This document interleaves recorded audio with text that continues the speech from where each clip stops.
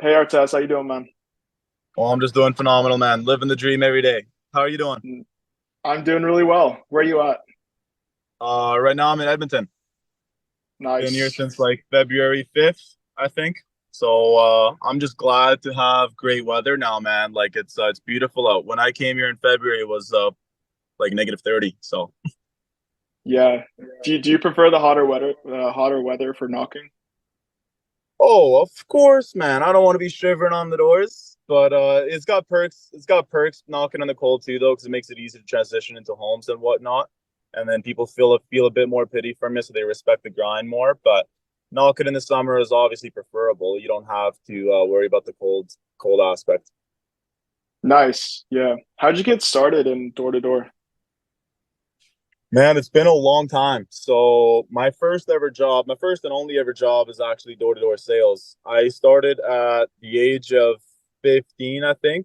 It was grade 10 in high school. So second semester, I was just applying for a whole bunch of jobs, and the first response I got was knocking doors. And that was in a completely different industry as I am from the one that I am in now. But that was like lawn care. So I did that for a summer, and it was awesome. Like it was just hourly and then like commission on top of it. So compared to all of my peers, I was making way more money and growing as an individual a whole lot more.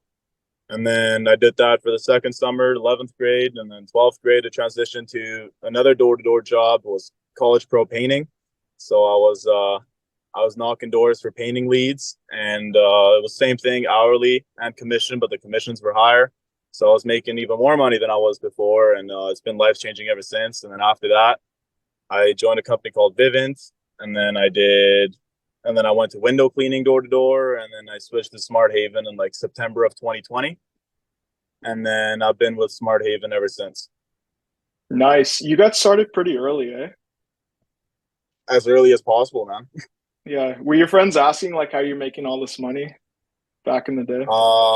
Yeah, they're like, "What the hell, dude?" But it's pretty simple. Like I just work like every day after school. I wouldn't do homework or anything. I just go to the doors. Yeah, for sure. Nice. So you started with so you're doing Vivint before then, before Smart Haven? Yeah, before Smart Haven, I did Vivint for a little bit, and then they got shut down, and then we all switched over to Smart Haven, and it was probably like the smoothest transition, the easiest thing to ever do. It was awesome. Right, Um, right. but Could yeah, you tell me a little bit about that? Like, why did they shut down, or like, how did that happen? well, I don't know exactly why. From my understanding, something to do with their financing. I don't know why, but they shut down their operations in Canada. Um, But it and wasn't because of back then, COVID.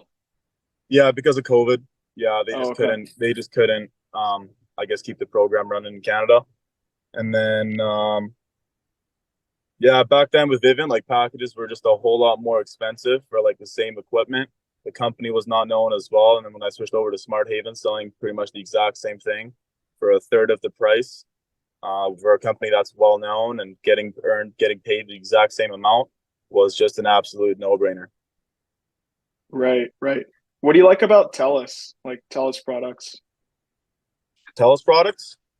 Yeah. So one thing I do like a lot is just the fact that I can lead a conversation into different aspects, like when it comes to FFH, so like internet, TV, and home phone.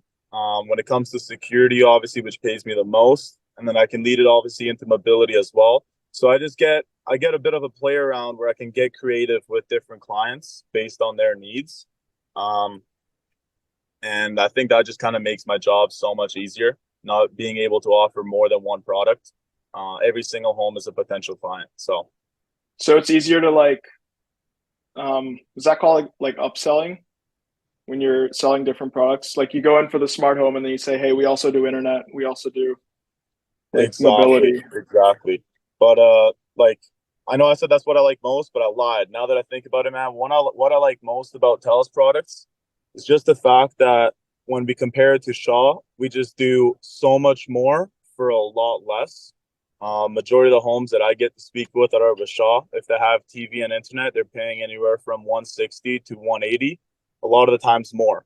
Right. So when you find a client like that, which is majority of the strong homes that have TV and internet, you're able to provide them with pure fiber, a lot faster stuff, most likely a bigger TV package. If they have a home phone number doesn't change, and a security system on top of it that protects their home for the rest of their life.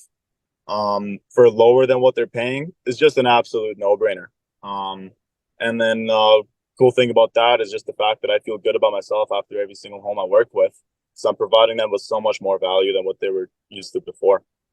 Yeah, that must be such a great sale, right? You're just literally like lowering their bill. Literally lowering their bill and getting them more. Like it's not just lowering their bill, like I'm lowering their bill and getting them more. So Yeah. Like the solar makes guys do that too with the electricity bill, right? They're like, how much are you paying with like the electricity company, and they're actually saving money by switching to solar. So that's I think that's a really good selling point. And it's yeah, man, awesome. it's kind of how it feels. Like if somebody is ever like I don't know if I want to do it when when it literally makes no sense, man. Like a fire line that I use, it's like, okay, so right now you're paying X for Shaw, you're paying $200 for TV and internet. Like what would happen is I'd give you faster internet, more stuff, more TV channels, and a security system for $165.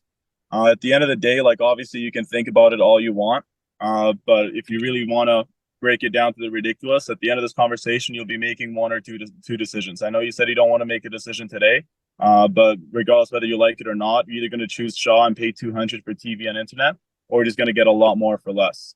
And then my job is simple, not to say you're a good fit, and I kind of just move on. But it's just such a fire line. It kind of breaks it down to the ridiculous. Like, how is even a discussion right now?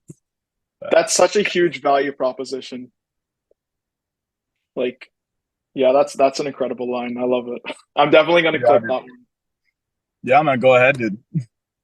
Yeah, I awesome. love Has using that. I anything love using that when they're like really just like, on the I don't know. fence? I said I don't want to make a decision today. I'm like, dude, you are making a decision. you Yeah. you are. You're gonna choose Shaw if you don't choose me. So Does it work like often? yeah, if you use it properly, like the trick is to not just say it and wait and like pause, because like if you handle the objection and you kind of sit on it, like a client will respond back and clap back with like another bull crap like objection or something.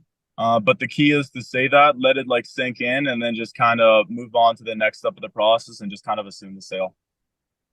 Oh, I see. So you're like you don't want to give them the time to come up with another objection. You're just stacking like Mm-hmm. on top of that. Okay, that's pretty cool. Nice. I want to ask you, has anything changed in door to door since you started? A lot, man, a lot. It's a growing industry. Um, at least back when I started, I didn't see people making ridiculous money. Like again, I started in high school, so I was making great money compared to my peers. Um, but I hadn't seen anything, crazy go on, like people making, you know, over six figures or 300 or 500 in a summer. I had never seen that. So Um, that's like a new thing and in this industry, like across here countries. in Canada, I think it's in the States, you know, it's been peaking for a while, but here in Canada, it's brand new, man, and it's a pleasure. I'm grateful to be a part of the wave. That's for sure. But yeah, a lot of things have changed, and a lot of things will continue to change. And this industry is not going anywhere for the rest of time, man. It's only going to get better and better. The training being provided is getting more and more in detail, more and more dialed in for to make it easier to transition from a non-commission job. Because that's kind of like the biggest step for most people is just the fact that, like, man, I'm comfortable. I don't know if I want to go into an industry that I don't understand and go into full commission. But as time goes on, man, it's just getting easier and easier for people to make that switch. Right, right. How did people start earning so much money? Is it because people are just doing it for longer? Like they're doing it outside of summer? Yeah, 100%. If you work longer than just the summer, yeah, 100% you learn more. But it's just the fact that the job gets easier and easier the longer you do it. Um, so you get more and more sales the more summers you do this job, just because you're naturally better. And then when it comes to the growing aspect, when you grow a team and the successes you've earned, the successes you've had, and you teach somebody else to have the same successes, that's where real growth comes in, and literally paychecks just double and double every year. If you Okay, kind of put the in and dial. Yeah, I see exactly what you're saying. So like people are going from part-time sales reps to full-time sales reps. They're doing this for longer, they get better and better, and that's one of the reasons why they're making so much more. Yeah, 100%, man. It's put more effort in, you get paid more. Nice. When you're knocking, like, do you ever change your pitch based on the type of people that you're seeing at the door, or is it just kind of standard? 100%. So from my experience and from what I've been taught from other folks like Sam Taggart has been doing this for a while. There's four types of people out there on the doors that I've noticed. This they boil it down to the word called bolt, BOLT.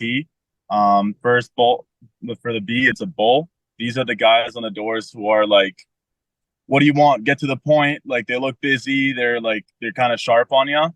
The second one is owls. Owls are the people that have like a ton of questions, like, oh, how many specs does a doorbell camera have? What happens if this, and that? Just like questions that it's like it's not that big a deal, but to them it is.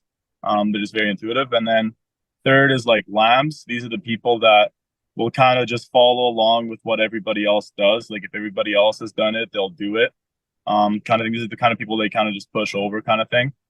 And then fourth is tigers. These are the people that just want to talk about everything, like show you their bike, build a whole bunch of rapport, kind of take like during your pitch, they kind of take away the sale and start talking about random things that don't matter. But yeah, I kind of tailor my pitch to all these four different types of people. Like when it comes to the bulls, simple way to build rapport is to kind of match their vibe. If they're being sharp with you, like, hey man, what do you want? Like, dude, I'll be quick, man. Like, you've seen me here past few days, and when you show that like assertiveness back, and that you're not being stumbled with the way that they react, that naturally builds rapport and breaks their preoccupation and gets them immediately to listen and trust you, just because you show that you're a professional. If it's somebody that's like asking me a whole ton of questions, I just show that I am the professional so that I can have complete trust in me. Like when I talk about each different product, I talk about the details to like an insane level, so that I eliminate those questions and that they just see that like I know what I'm doing and they trust me a lot more.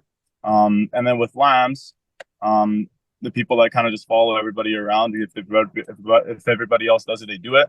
I simply just talk about all the neighbors that I've worked with. I'm like, yeah, I've worked with this guy, worked with that guy, worked with that guy. The reason why everybody does it, what all the homeowners in the area like. It's simple. You like this too, just because what the neighbor down the road like, and you kind of just say those lines throughout the entire pitch, and it makes them feel comfortable. Just because they're not the type of folks that move along with something unless they understand that it's normal. So throughout the pitch, I kind of tailor it to them in that sense. And then for tigers, I simply sell on myself. A lot of the times for these guys that just want to talk on forever and forever and forever about things that don't matter, like show you their bike and whatnot. When they do buy something, like yes, they enjoy the product, that's why they're buying it. But a lot of times it comes down to the actual individual they're working with. So I just sell them on myself. Like I just build a lot of rapport, find commonalities, chat with them, be a human being, and build that genuine connection with them. And that's when a lot of times I can sell them. So yeah, in those sense, yeah, I definitely tailor my pitch to these types of four people. But each individual has like a little bit of each, obviously.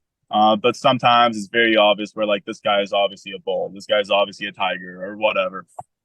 I don't know if Can you that kind of tell pretty answers. quickly? Yeah. Can you tell usually like within the first like 3 to 4 minutes what kind of person you're dealing with? Um, yeah, for the most part, yeah, definitely. But the thing with brand new reps is they get shut down a little quick, so they don't really get throughout the pitch. But if they do get 3 minutes for it, 3 minutes with a client, yeah, you should be able to tell. Okay. Is the hardest point actually just getting to the pitch when you're at the door? Um, yeah, the hardest, I would say, like the hardest part for most reps, like most people that I've trained, is getting them to actually listen to you. That's why the very first step in our door approach, breaking preoccupation, is the most important. Just because they're watching the game, they're cooking, they're doing whatever, they're focused on whatever else, watching the movie. The first goal within like the first 5 to 10 seconds is to get them curious into what you're doing and humanize yourself so you're not looking like a walking, YouTube ad. So they just skip you. Um, Yeah. so that's kind of like the first step. And once you do that properly and you get them to listen to the entire thing, a lot of the times it's simply just a no-brainer and they do it. So it comes down to the numbers game. Obviously, you got to get good at getting them to listen to you right off the bat. Once you've got that dialed in, all the other steps kind of just follow along.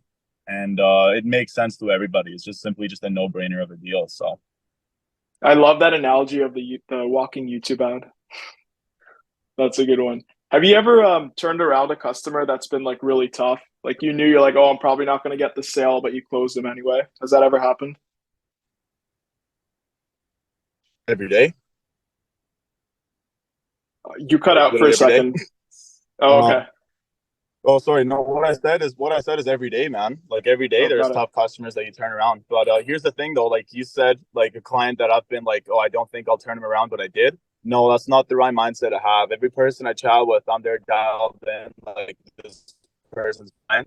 I have that conviction on mine because if I don't, it's gonna project over to them subconsciously, and I won't be able to build the trust, rapport, and value that I would naturally build. So it's definitely important to actually just know that it's gonna happen, have that conviction, and that conviction transfers over to them.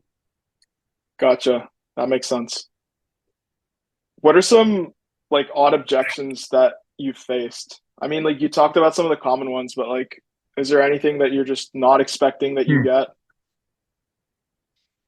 It's a tough one. I don't know. Like I've been doing it Most of for a them are while, common, so I right? so I feel like everything's kind of the same to me. Like I don't know if they are odd, it doesn't really stick out much just because I've seen a whole bunch of the objections a whole lot of times.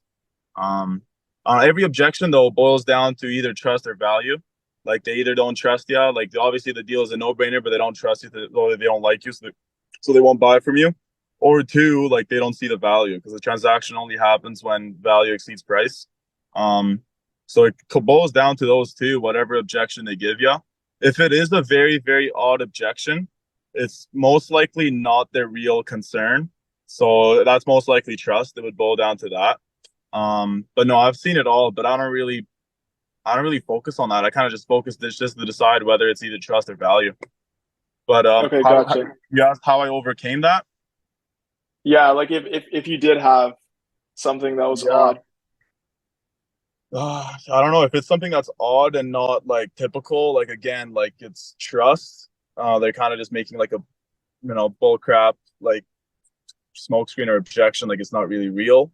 In that sense, I would just build more rapport, get them to trust me, humanize myself, so they understand that I'm a human being and I'm not there to screw around. I'm here to earn business, and yeah, earn the sale that way. If it is a weird one, Okay. So you said there's a value and there's also the fact that they have to like you. They both have to be there, right? For you to sell. 100%. Like they have to see the value and they have to like you as an individual. Okay, got it. I guess that's where the TELUS products really come in, right? Like that makes it a lot easier when you're offering someone 100%. something that's saving him money. 100%. So it's actually three, but there's a reason why I said two. The Okay. three are like obviously value. They have to see themselves using the product. Two, they have to like the individual that's servicing them with the product. Three, they have to like the company. Just because like most sales companies are not like they're just not known, so they have to actually trust the company. But the reason why I said two for this is just because TELUS has such a great name that is like taken out of the water. Like you don't have to build value on the company. The company is reputable. So there's only two that you're really actually focusing on. Exactly. Like when I think of TELUS, I just think about all those like animal ads that they do, and they're all really well done. They do all these like Yeah. parrots and They do that for a yeah, it's purpose, just man. They know that people like animals and animals are friendly. They're smart. exactly. Yeah, it's such a good Yeah, association to build. Like everyone's got a pet. Um, 100%. but yeah, have you had any like strange or funny experiences in your career? Yeah, yeah. Actually, this just came to mind. So I set up a home, and it was actually the kid that wanted it, and like the dad signed up just because the kid is like, Dad, we do need cameras. They're sweet, and he's probably like 12, 13 maybe. Funny little guy, like he's cool. And then we set up the dad. He loves it. And then later on in that neighborhood, like the kid and like some of his friends are playing. They're shooting hoops in one of the houses had like a basketball court or like a Yeah. basketball rim outside of their like driveway. So they're all shooting hoops there. And then he sees me. He's like, "Guys, that's the guy that set my house up with cameras." And then I chat with them for quite a bit, like just hanging around, like, "Oh, nice. How are you guys? What do you guys do? Whatever." Chat with the little kids. And then he was like, "Hey man, so I was thinking, like, do you think I can like come with you when you go knock on doors, and I'll be behind you because I'm curious to see what it's like working." He's 13 years old. I'm like, "Yeah, bro, of course, man. Like, I started when I was young. Like, no way, dude, of course." And then I told him, I was like, "Not today, because today I'm busy. But if you find me tomorrow, yeah, for sure." And then he found me in the neighborhood. He's like, "Man, I was looking for you all day. There you are. Like, are you still okay with that?" I was like, "Yeah, sure, man. Like, of course." So next thing you know, he's actually giving me sales because he's like, "Oh, my friend lives over there. Like, let's go talk to them." I'm like, "Okay, sweet, let's do it." And then like he would actually break their preoccupation for me. He'd be like, "Oh, hey Jackson, whatever." It's like, and then they're like, "Max, what are you doing here? What's up?" And he's like, "This is the Telus guy. He set up my dad." And then I'd go into the conversation and explain everything, and he would just be behind me. I got two sales with the guy when he was shouting. He's cool. It was awesome. That was a wholesome experience. That's incredible. I mean, for lack of a better analogy, I'd say two birds with one stone, but like that's really cool. You're teaching the kid Yeah, how to sell, yeah, and you're getting people like you're just like if they see yeah. their friend, they're gonna talk to you regardless, right? Yeah, yeah, 100%, 100%. And like they all That's knew the awesome. kid because all of their friends are friends. So like they know Yeah. the dad, they know where he lives, and like I just had credibility when I talked about like, yeah, we set up their dad, like, and he's right there. So Yeah. it built a lot of credibility. It was funny though, That's like he was awesome. trying to like when we are in one specific house, the first one. I remember him like trying to like talk about like different products that like we gave the dad, but like I wasn't pitching to them because they wouldn't really need it as much. And he's like, "Oh, and you guys can get like an outdoor camera in the back, like you'll cover it." I'm like, "Hey man, shut up, dude. Like I'll do the talking. Dude, don't mess this up." But yeah, it was good. It was cute. It was awesome. Yeah. That's a really wholesome story. If that guy has a career in sales, like he's never gonna forget you. Like you're the Never, man. guy that yeah, Hmm. Yeah, you got him started. yeah. It Have, was amazing, man. It was good to see. yeah, exactly. And then his dad is thanking me. He's like, "Thank you, dude. Like that's awesome of you. Like not many people, do things like that. That's really good." I was like, "Yeah, man, no problem, dude. Of course." Like it helped me out too. So Yeah, exactly. Who is the someone told me like in door to door you have to be like the neighborhood hero. Um, one of the managers I was interviewing, I forgot who, but that just came to mind. Like that's just perfect. yeah, 100%. You have to be known as like the guy. He's the guy with the good deals. Exactly. Do you have any books or resources that have like really improved your skills? Atomic Habits. Okay. I don't know. That's probably a common one. Yeah, Charles Um, Duhigg. yeah, yeah. Atomic Habits Okay. for sure, man. It's I think it's by James Cleary, I think. But no, it's such a good book. It gets you dialed into just the process as opposed to just focusing on the results. Just doing the little things every day on a consistent basis. And that's actually just what gets you better over time. Um, some people kind of in our day and age where we just get instant gratification for everything, it's easy to start the job and or start anything for that matter, and then not see the results and just kind of get demotivated. But Atomic Habits kind of puts you in check with that's not how life works. Got You it. just Yeah. have to It's not a sales book either.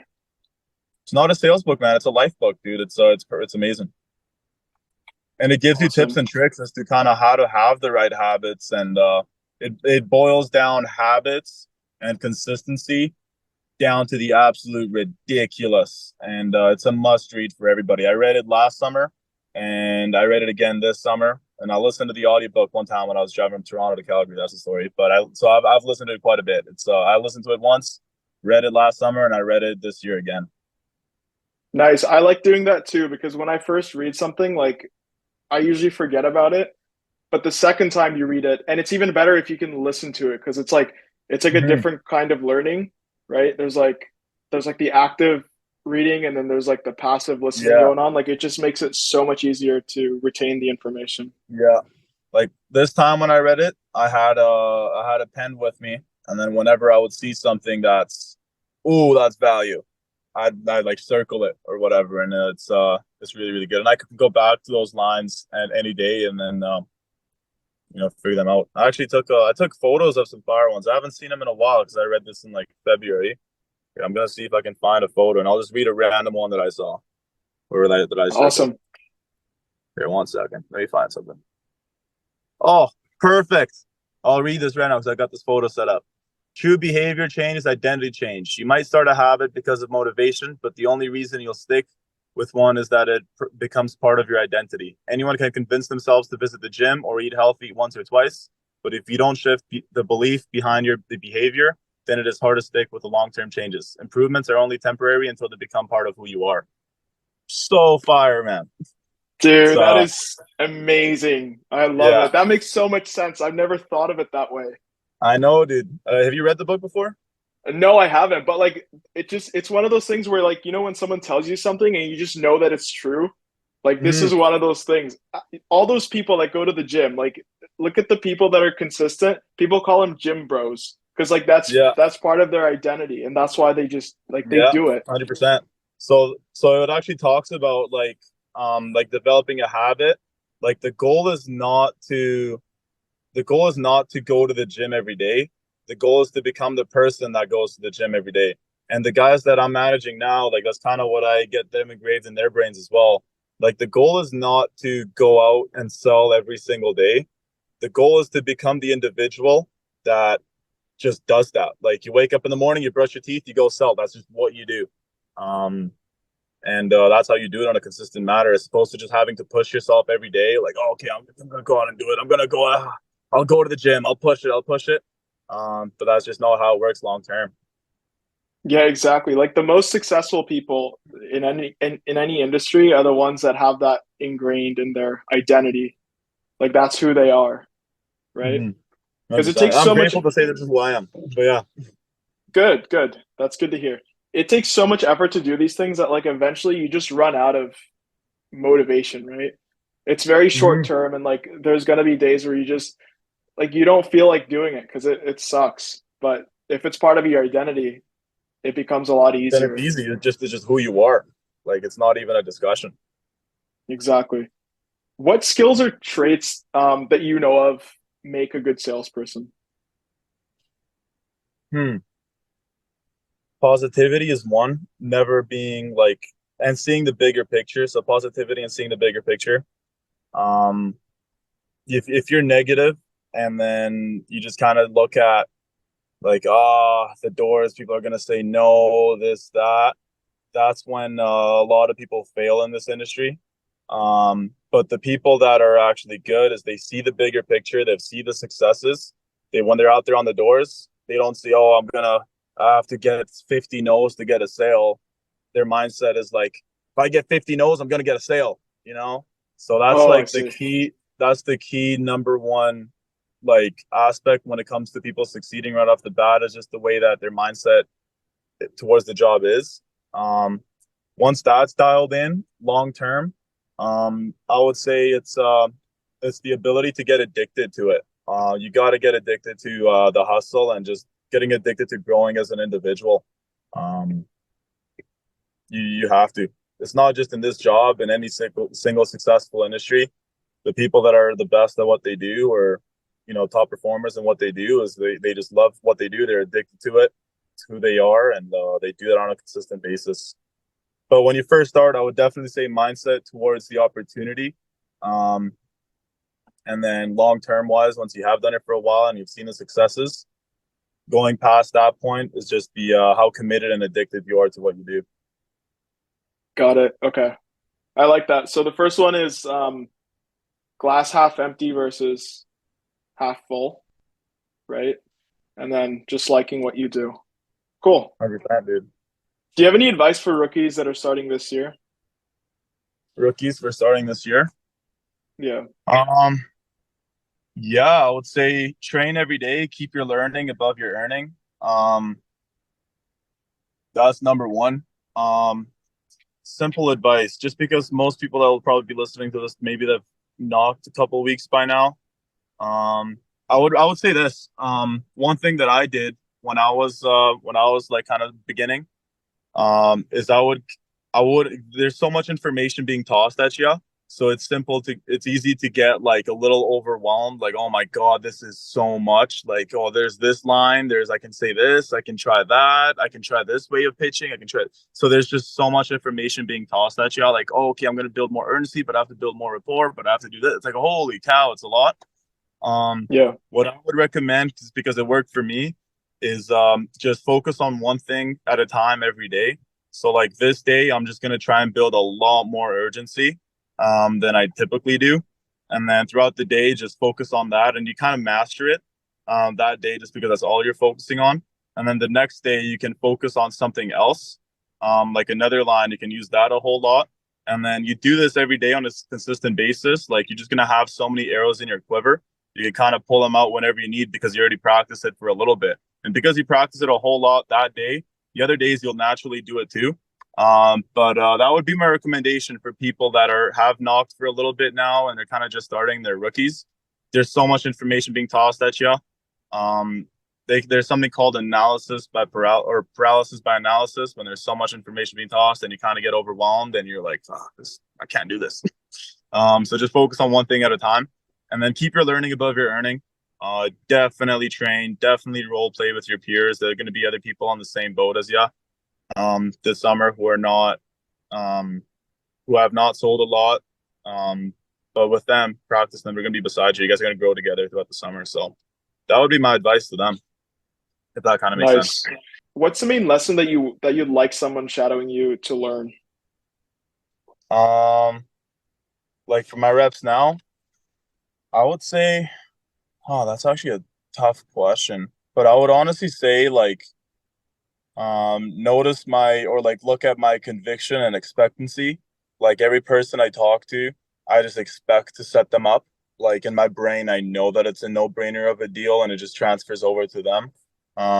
Just subconsciously, I guess. Whereas people who have a little bit less experience might be a bit more timid, like, oh, this guy want it or whatever, but that just kind of transfers over to them, to the client when you're pitching them. But I would say that just the people that do shout at me, just look at how convicted I am, and I just expect it. Like I don't expect people to say no, and if they do say no, okay, that's fine, whatever. I'll set up the next person. Right. So you want them to learn that that you assume the sale every single Yeah, time. 100%, dude. But I assume the sale before I even knock the door. Like I'll look at a door and I'll be like, oh, their window's open, they're home, that's a sale. And I'll go to them like with the expectation that I'm selling them. And if I don't, I'm like, really? Whatever. That guy has got two cars home and they have a van, they have kids, they're sale. And I go to them Right. right away. So, Okay. That's good. That's good. What's the most effective way for you when it comes to actually recruiting reps? Word of ooh, mouth? yeah, word of mouth, ads, all that kind of stuff. Like there's a system that we teach people on how to actually recruit. Like Indeed, there's a system we have for all the interviews. Like you can go out to universities and like shoulder tap as well and tell people about the opportunity. There's that route. Obviously, friends, like start with your peers, like find people that you want to help out and give them a great opportunity. But I would say the most effective way is actually just growing as an individual. Like when you show people who you are and the successes, like, well, you don't flaunt your successes, but like you just show that like you've done great things and you're somebody that people trust and want to be like. That's when you're actually gonna recruit people. It's not the things you do, it's who you are. Like they're working for you at the end of the day, or they're working with you, and you have to be kind of like a role model. So when you show that you grow every day, you've grown a whole lot, it gives them a path to see that like this is who I can become eventually or become even better if I just kind of follow the process that I'm being given. So I think that's actually the most, effective way. Like the friends that I recruited, um, they simply came on board because they saw the changes that I've had in my life and how I've grown as an individual, and they're like, man, that's amazing. Like this is something that I want to do too. So I Do you I have would any? say like when you, Yeah. yeah. Go ahead. Go ahead.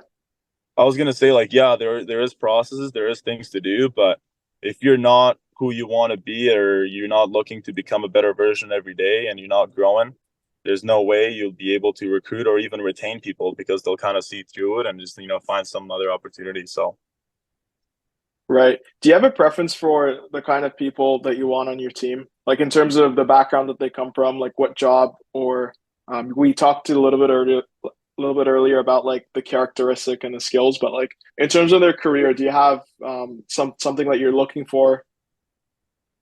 mm, Like what job they've done in the past, no, Yeah. I don't think I care about that too much. But the characteristics that I do look for, um, is just them having an actual vision or a goal. If somebody's kind of just rolling through life and whatever happens happens, like yeah, we can bring them on board and we'll develop them into having a vision and a plan, and then we can help them get towards that goal. And but first we have to set the goal for them, if that kind of makes sense. The people that I prefer to have on the team are the people that know what they want, and then that way you can actually easily motivate them and lead them towards towards where they want to go. Is it because they're self-motivated? Uh, Yeah, like yeah, I guess so. Definitely because they're self-motivated, but just simply the fact that they're doing it for a reason. They're not just doing it because they got hired, or they're not just doing it for like, oh, it's great money or whatever, just because they have something they want to do. Like a good friend of mine that I recruited, like he's really into music and he wants to open up a studio or some, and he needed it takes some cost a lot of money for him to get all the equipment. Um, and but he's very, very passionate. Like he's got the passion for it.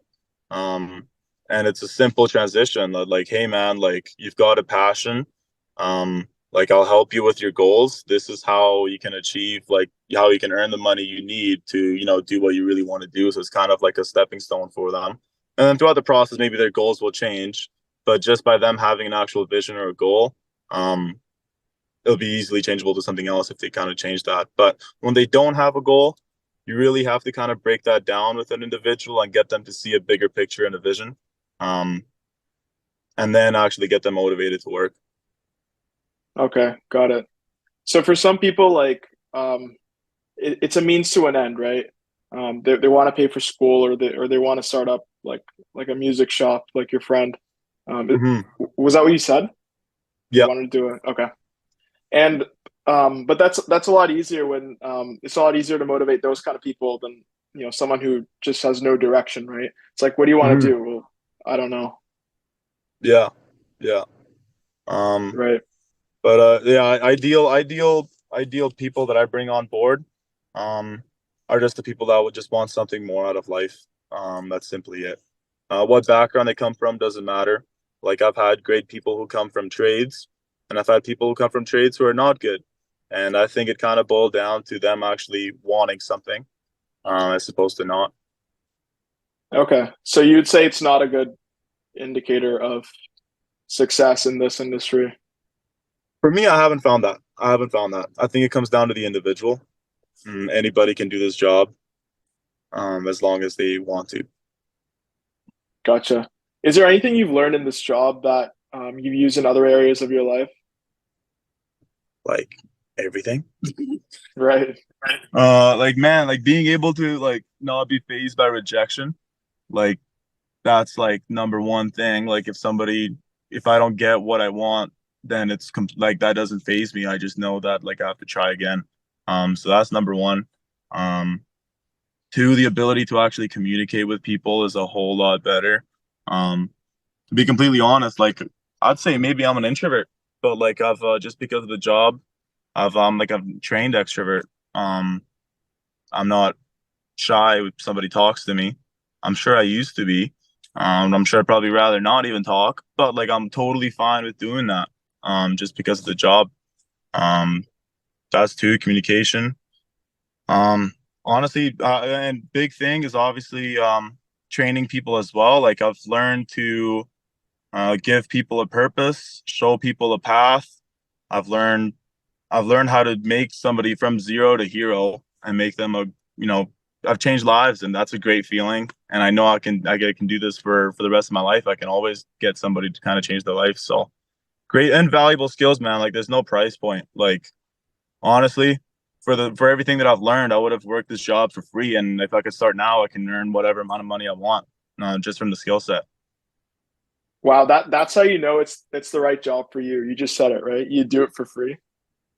Oh, I would have done this job for free for up until I probably wouldn't do it for free now. I wouldn't get paid. No. But no, like I would, yeah, 100%, man. Like the skills are literally invaluable. There's four reasons why anybody does any job. Like the four reasons are kind of like boiled down to like the ridiculous. Like the first reason somebody does a job is for like the skill set.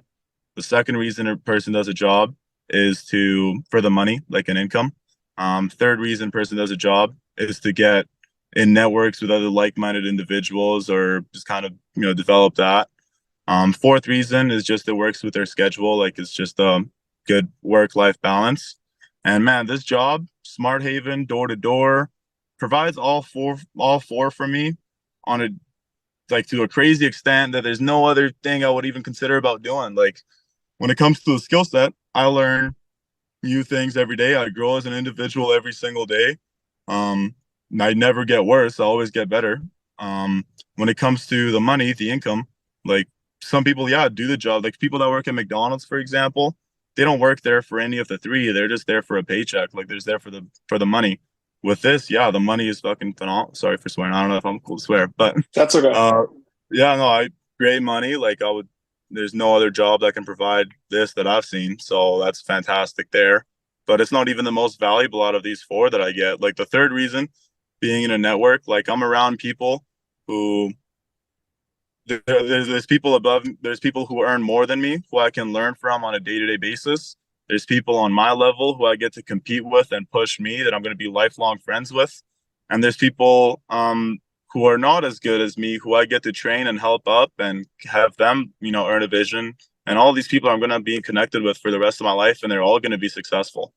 Fourth reason is work-life balance. Like obviously door to door, like as we talked about before, you prefer to knock in like the warm weather. So when it gets cold, like December, January, those are my months off. Brent knows this. Like December, January is literally just me. I don't answer calls. I get 2 months off to travel. Like I went to Costa Rica earlier this year in January for like a month. And Nice. we got to go on a cruise and whatnot, work life balance there. And I get to grind in the summer and earn my vacation for 2 months. There's no other job that will allow you to just leave and say peace for 2 months and not come back, right? Or and like if you were to do that, you wouldn't go back. I mean, so Exactly. Yeah, the only profession I know of is like teachers. They get 2 months off mhm. because of the summer. But like aside from that, it's not even close, right? Yeah, like, but yeah, now broken down to ridiculous, those are the four reasons why anybody does a job. And I get all four of these, like I get an abundance of all of these four. So Yeah, the network's huge with this job because like you're big just time. talking about the McDonald's thing or any other job, even if you are earning a lot of money, like there just aren't a lot of high performers, and within Smart Haven, like, there's so many of them, right? Like there's so many Mhm. people that you learn from. 100%, man. Like there's people that earn more than me. I get to learn from them every single day. There's people who I could compete with, who push me, who I'm going to be friends with afterwards, and I'm going to be friends with the people that teach me. They're going to be my mentors for, forever. And then I've got people who I mentor and I help out, who look up to me and keeps me accountable, and I keep them accountable, and they're going to grow to become great individuals, and hopefully one day they're even better than me. So I get to have that network, and they'll always be grateful. And yeah, no, it's life changing stuff, man. It's life changing stuff. I really really hope more people see this opportunity. Yeah, exactly. What would you say is like the number one thing that keeps you motivated?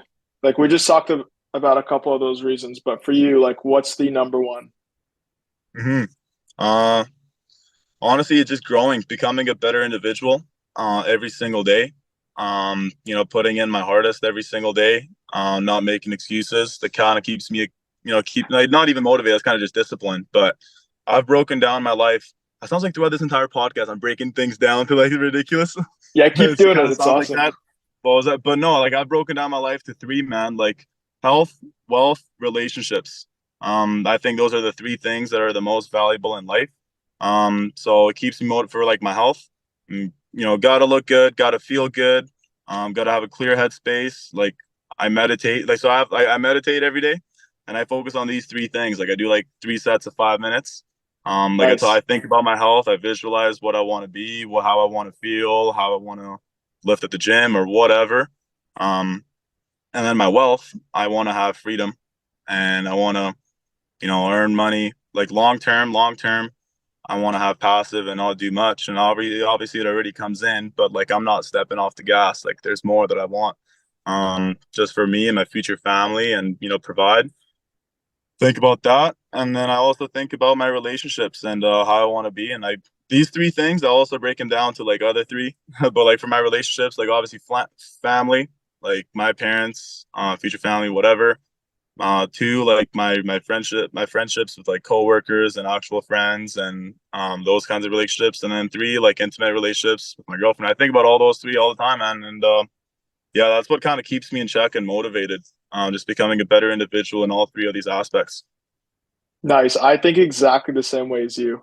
Like with those That's awesome, man. three Yeah, dude. subcategories. Yeah, like Yeah, you're spot on. yeah, That's man. awesome. What's next for you in door to door? What's next for me in door to door? Um, so every year, man, I've been moving up quite a bit, dude. Every year. So like when I was in high school, did weed, man. It was 15 an hour, $1.50 a lead. And then it was great. I was working every day except for Fridays after school, and I worked Saturday, not Sunday. Fridays and Saturdays were my days off. Earned great money. I'd make like 20 an hour with the leads that I'd be getting in like 3.5 hours every day after school. And then after that, I did painting, and it was like 15 an hour and $10 a lead. So I was making maybe 50 an hour at this point, like for like the 3 hours or 4 hours that I would work outside of after school. And then after that, I moved to full commission for Vivint for a little bit, and then I did window cleaning full commission. That was cool. Learned a lot, and then I moved over to Smart Haven, and that was just like the most amount of money I've seen so quick. That was just like life changing immediately. I was like, well, wow, this is serious. This is like where all the top producers are. This is where I want to be. This is where I want to become the best. And then it's been a ride ever since. And like the year after that, so I started in like September, and I knocked for like 1.5 months, and I made like 15 grand, like just starting. Wow. And the summer after that, I grew quite a bit. Um, brought a bunch of friends over, and I helped them out, and started from that, had a great summer. And then the summer after that was last summer. More people, great culture, kind of like an assistant manager to like two different offices. Like I was helping out with a whole lot, so I learned a lot. And at the end of last year, I started managing in Calgary in October. It was about like 15 of us that I kind of helped out. And then now this year, I'm managing my entire program. There's like 35 of us that I get to help out every single day. It's gonna be a full summer ride where I'm just the main guy. I'm not an assistant or anything like that, or help people out. It's just me that everybody goes to. And this summer on its own is going to be life changing a whole lot more. And the year after that, I have no idea, man. But when it comes, or do you mean the future like when it comes to what products I'll be selling? Because most likely you'll be moving over to solar, if not next summer, the summer after that, or whatever. Long term, probably solar. Um, just because it makes so much more sense. But for now, I'm just kind of focused on growing this group of people that I have, and developing a solid crew of passionate hard workers who have a vision. And then I don't know, I'll move with my crew wherever my crew wants to go. I'll go with them, and then whatever's the best opportunity for them and me. Nice, man. I love it. You're leveling up every year, and I think the sky's the limit as No far doubt. as how high you can go. That's awesome. No Let's doubt, wrap man. this up. Let's wrap it up. Yeah, man. Where can people get in touch with you? With me, social Yeah. media, easy way, or my phone number too. People can shoot me a text. My phone number is 403-919-8383. Pretty easy. And then my Instagram is just my name and last name, Artez Mezini, ARTESMEZINI. Okay, awesome. You guys heard the man.